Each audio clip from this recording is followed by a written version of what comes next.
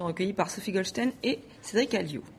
Les arts modestes à l'honneur, il y a du monde à Paris, reçoit Hervé Di Rosa.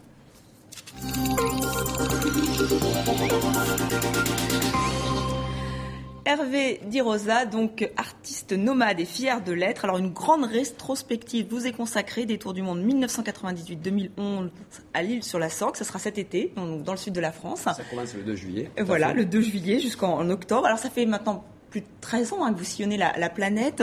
Vraiment, le voyage, c'est vraiment votre moteur artistique. C'est ce qui vous donne envie de créer.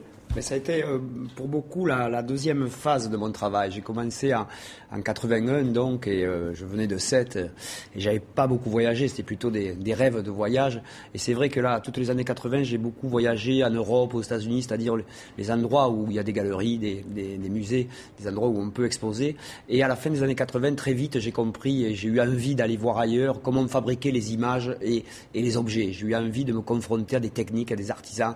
Et je suis parti un peu après de manière pragmatique, sans vraiment réfléchir, c'est-à-dire le temps m'a porté d'abord en Bulgarie, etc., et jusqu'à aujourd'hui en Espagne. Oui, parce que votre démarche, vous allez à la rencontre des artisans dans ces pays. Alors la Bulgarie, ça peut être aussi maintenant le Cameroun ou le Mexique, et en fait vous apprenez avec eux leur technique, vous essayez de comprendre comment ils travaillent. Quelle est votre démarche exactement ?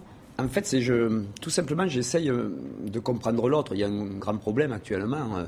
On a beau avoir des systèmes de communication très développés, des internets en temps réel, ça, moi, j'y crois pas beaucoup. Moi, je pense qu'on peut comprendre l'autre que si on est avec lui, que si on partage quelque chose.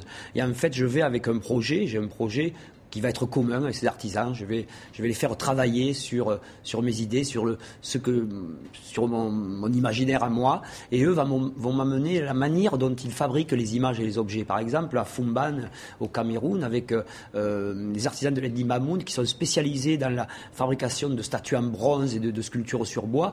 J'ai pu avec eux faire mes sculptures, et bien sûr, ils amènent leur main, une espèce de créolisation de mon travail. Vous voyez, j'ai pas peur du tout que la main de l'autre transforme mon travail. Au contraire, moi je pense que c'est une richesse que l'autre, avec sa culture différente, ses pratiques différentes, rentre dans mon imaginaire, dans mon travail, et il le transforme à sa manière. Ce qui fait que d'étape en étape, comme ça, mon travail se transforme totalement. Alors bien sûr, quand je suis au Mexique, je travaille avec cette diaspora énorme d'artisans. Le Mexique, c'est un peu le centre de l'artisanat. Alors justement, vous êtes le cofondateur du Musée international des arts modestes. Est-ce que ce que vous faites, c'est de l'art modeste ? Comment on définit l'art modeste ? Non, il n'y a pas d'artiste modeste. L'art modeste, c'est une expression que j'ai inventée c'est d'ailleurs pas un concept, ça m'appartient pas, c'est une notion.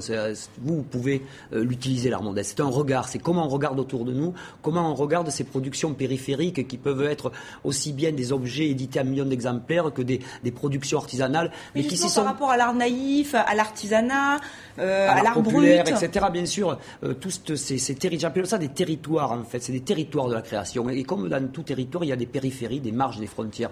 Et je m'intéresse à ce qui est produit à ces marges et ces frontières et qui souvent n'est pas nommé. Et j'ai établi cette expression en fait pour les nommer, pour les rendre vivants, pour les faire voir.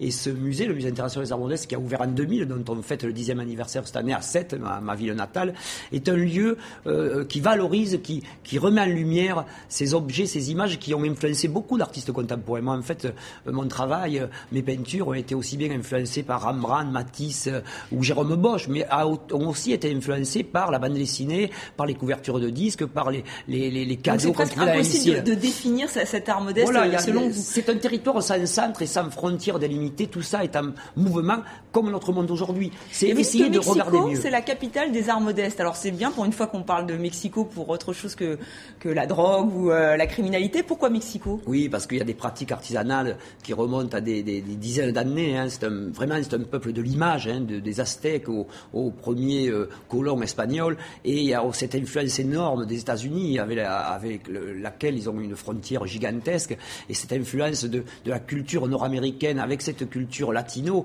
mêlée d'Indiens, oui, Aztèques. En fait, ce qui vous intéresse, c'est vraiment cette influence, c'est le mélange, voilà, le métissage. C'est le mélange, le métissage. Et d'ailleurs, peut-être on peut comparer ça à la nouvelle musique électronique qui sont des mixages. Moi, je mixe en fait les objets, les images et les pratiques de l'image ailleurs que chez nous. Parce que c'est vrai qu'ici, on voit beaucoup d'images. On voit des millions d'images tous les jours, mais c'est un peu toujours les mêmes. Et je vais à la recherche des images qu'on ne voit pas. Et ces images, bien sûr, sont fabriquées. Et donc, je vais voir comment on les fabrique. Mais alors, comment on garde justement son identité, son style, quand on va justement au contact de tous ces artistes-là? On a vu toutes vos toiles qu'on pourra voir à l'île sur la Sorgue. Comment on garde son identité?